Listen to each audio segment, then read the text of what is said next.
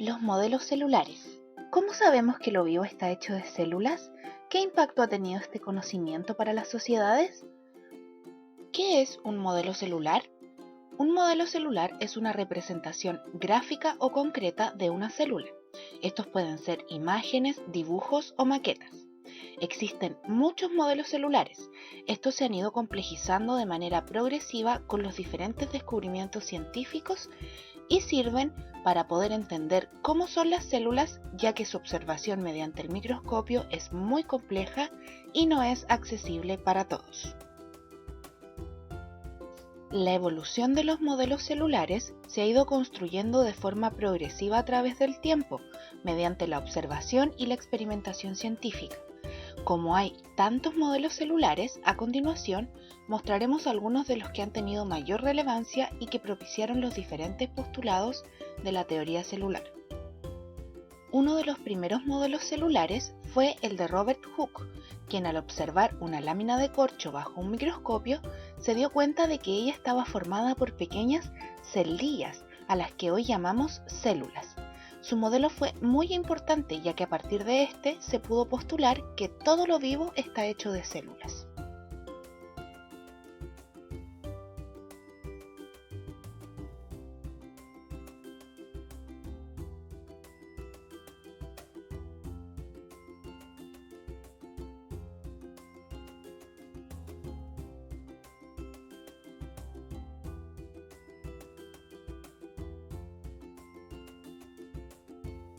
Otro modelo celular de gran relevancia fue el de Robert Brown,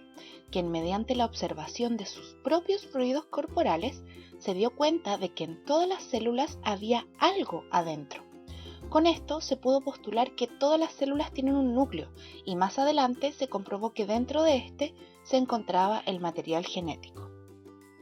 Matthias Schleiden y Theodor Schwann fueron dos científicos que no trabajaron en conjunto, pero que aún así hicieron los mismos descubrimientos al mismo tiempo, pero en diferentes lugares del mundo. Por su parte, Schleiden observó células animales y Schwann vegetales. Ambos descubrieron y plasmaron en sus modelos celulares que las células tenían características específicas y permitieron avanzar en el estudio de los organelos celulares. Finalmente, tenemos el modelo de Robert Rimac, quien mediante la observación de embriones en sus diferentes etapas se dio cuenta de que las células se dividen para poder reproducirse, aportando con el postulado de que toda célula viene de una célula preexistente.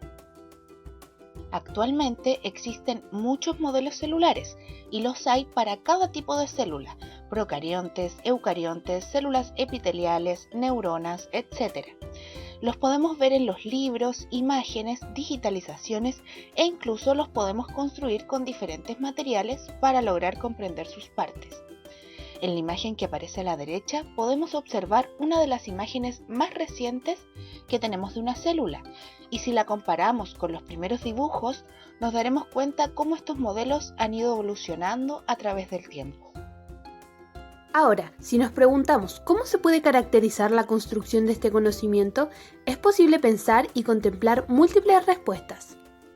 Primero, podríamos considerar que la construcción de este conocimiento se puede caracterizar como un largo proceso de aportes e investigaciones que avanzaron desde un conocimiento empírico hasta lo que se conoce el día de hoy, si tenemos en consideración que las primeras ideas aportadas por los autores se basaban en la observación y la relación de estas observaciones con sus propias experiencias y conocimientos, a través de la utilización de métodos científicos.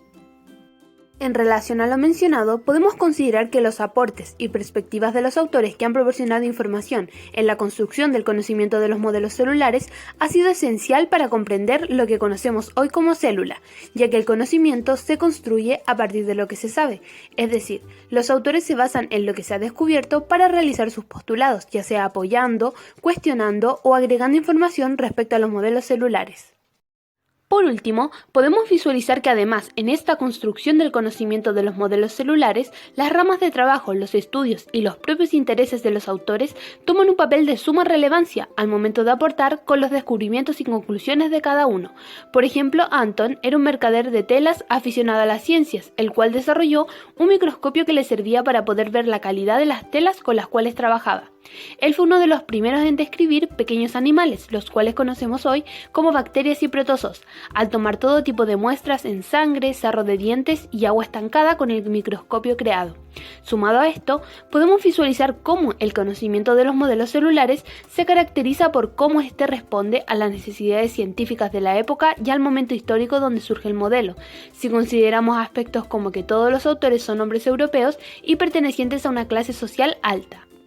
¿De qué manera el descubrimiento de la célula ha mejorado la calidad de vida de las personas? El descubrimiento de la célula ha mejorado la calidad de vida de las personas al convertirse en un elemento esencial para la medicina, como señala Sidney Brenner, Premio Nobel de Medicina, al decir que es en la célula y no en el genoma donde se debe centrar cualquier investigación sobre la construcción corporal del ser humano, ya que averiguando cuántas células hay en el organismo, cómo se relacionan y cómo actúan, se puede obtener información sobre las bases que subyacen en las interacciones que existen entre las células y entre estas y los tejidos. Pero la célula no se convirtió en un elemento imprescindible para la medicina de un día para otro, sino que más bien en 3 etapas. La etapa inicial comenzó cuando se postula la teoría celular, interpretando la célula como la unidad estructural y funcional básica que compone nuestro cuerpo y conforma nuestros tejidos. Desde ahí la célula toma un lugar esencial como parte de la corporeidad, contribuyendo a mejorar los instrumentos microscópicos y de las técnicas histológicas e histoquímicas. A partir del último tercio del siglo XIX se desarrolla una segunda etapa en la relación entre la célula y la medicina al interpretarse la primera como la unidad estructural básica en la que se asienta la enfermedad. La figura fundamental que impulsa este avance es Rudolf Virchow, que en su famoso libro Patología celular afirma que la tan buscada esencia de la enfermedad es la célula alterada. A partir de ese momento, investigar una enfermedad supone necesariamente identificar las alteraciones celulares y tisulares existentes en las lesiones. El gran avance de la medicina en el siglo XX tiene, por tanto, su origen en la posibilidad de diagnosticar microscópicamente las mismas. En la tercera y última etapa, la que transcurre en nuestros días, la célula se interpreta también como un agente terapéutico esencial en la nueva medicina regenerativa. Es importante recordar que desde sus orígenes, la medicina ha utilizado básicamente 4 formas de curar: la palabra, la física, la química y la cirugía, desde el calor o el frío a las radiaciones, desde las plantas medicinales a los fármacos sintéticos, desde el bisturí más elemental al sistema robótico más sofisticado. En los últimos años, sin embargo, ha surgido un nuevo instrumento terapéutico, al comprobarse que las células y los tejidos formados por ellas también curan, y no solo a través de trasplantes o transferencia de células, de los que fueron exitosos pioneros los premios Nobel Joseph Murray y Donald Thomas, sino también a través de tejidos artificiales que se crean en los laboratorios con células madre y biomateriales diversos. Este nuevo tipo de terapia es la innovación fundamental que ha aparecido en la medicina de nuestro tiempo y que tiene también a la célula como protagonista. Por ejemplo, la biología celular ha realizado investigaciones para prevenir enfermedades como el Alzheimer o para entender cómo se forma y progresa el cáncer, investigando la o las diferencias entre las células normales y las células cancerosas, estudiando el funcionamiento de procesos importantes como la multiplicación de las células, transformación de las células normales en células cancerosas y la diseminación de células cancerosas. Pero no solamente ha permitido una mayor comprensión de la fisiopatología molecular del cáncer, sino que ha generado e inducido el uso de terapias novedosas, específicamente las dirigidas a pacientes recientes o sensibles a otro tipo de terapias, como la quimioterapia, impactando en el incremento favorable de la esperanza de vida del paciente oncológico y las posibilidades de su tratamiento. Cómo el poder de enseñar este conocimiento a personas con discapacidad visual se relaciona con la responsabilidad ética y social como docentes de educación diferencial y con los propósitos de la educación científica.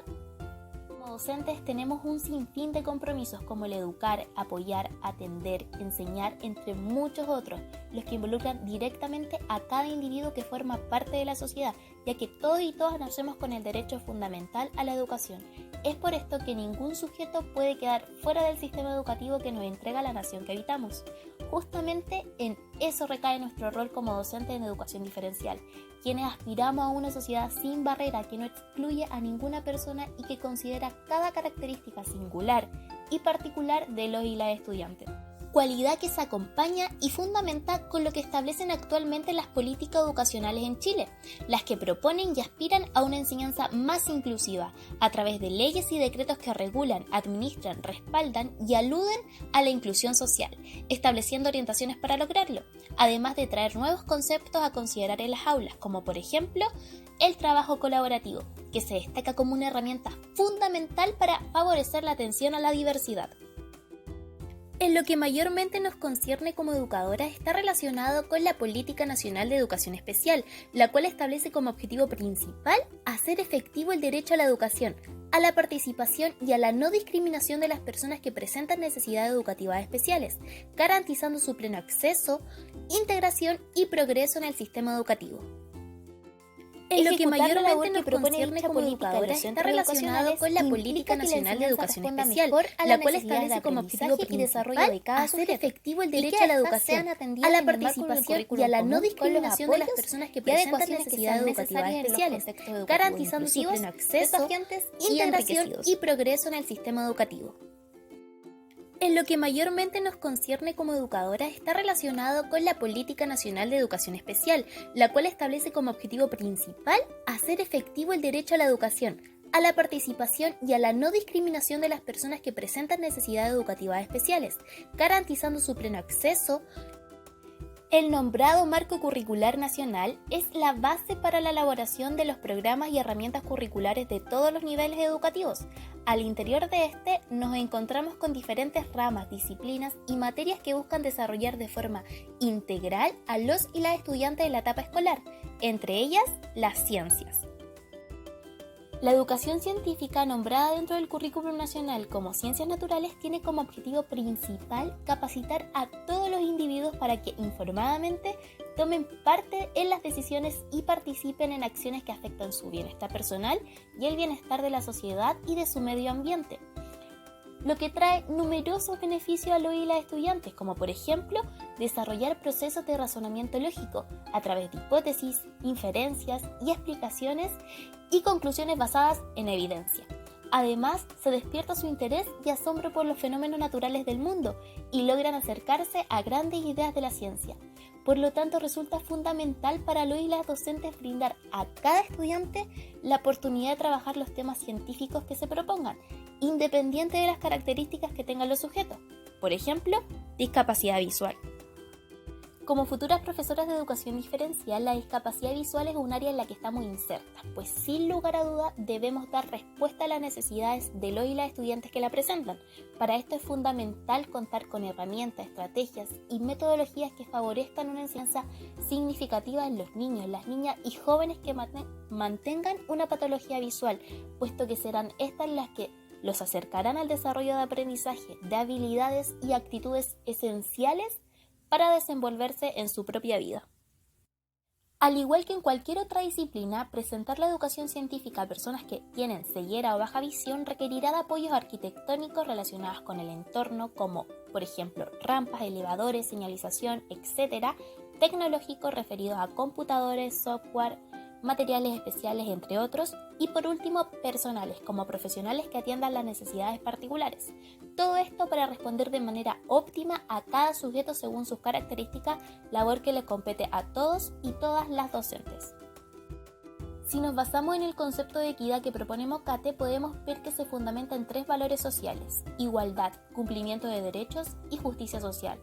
Como docentes de educación diferencial, justamente es eso lo que buscamos en las aulas educativas: brindar una educación sin barreras a los y las estudiantes que presentan discapacidad visual, ya que constituye un imperativo de carácter ético asociado a los principios de justicia social y de derechos humanos. En este caso, proporcionar el aprendizaje científico forma parte de ese deber, y entre lo más significativos encontramos el despertar en ellos y en ellas el interés por el mundo exterior y todo lo que le rodea, desde las infinitas perspectivas que nos entrega la ciencia y que nos permite comprenderlas.